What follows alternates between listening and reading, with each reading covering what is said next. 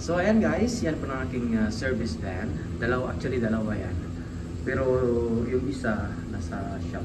Ito yung ginamit ko kasi mas marami malalagay na glass. So ito palang ano to Coal Valley Mining. Ayan, mining company siya. So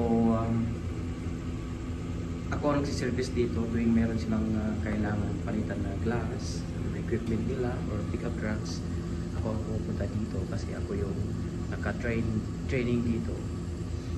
So ayan, malaki to actually, sobrang laki nitong mining. Ilang hektarya to, siguro mga 100 hectares to. So yan yung main shop nila, nandun yung gagawin ko na dozer. So ikakat ko ngayon ng glass dito sa aking, ito yung ano ko pala, sikan ang tawag dito. So parang container van siya sa atin, yung mga ano, shipping ganun, container. Ayan. Tapos yan yung papalit ng gulong. Ayan, kapal yan ha.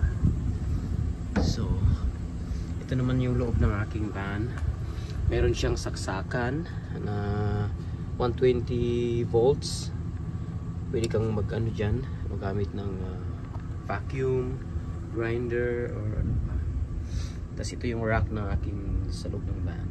Kakarga ko ng mga windshield dyan. So kahit ano yan, 12 piraso kayang-kaya yan ikarga. So anyway, siya ng aking container van.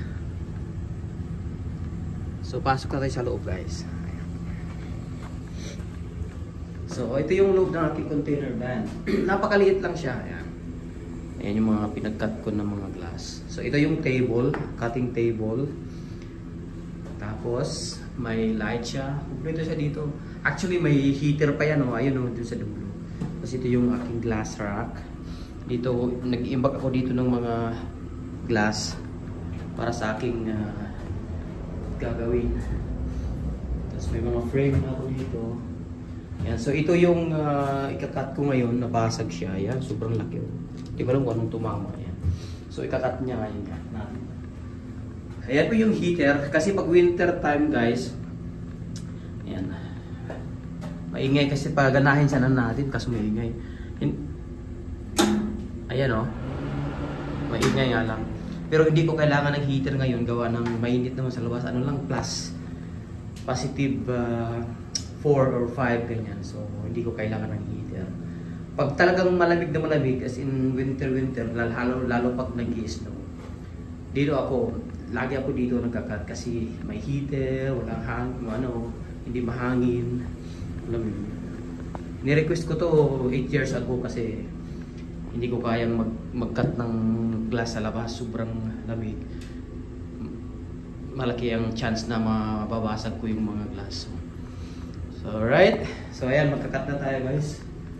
Ayan, ito yung rack, mga windshield. Naubusan ako ng stock dito, gawa ng pag pumunta ko dito, nagdadala lang ako ng windshield galing sa shop. So aliit lang niya guys, at container van lang talaga siya. Pero ginawa ko ng table para mas komportable ako mag-cut. Alright.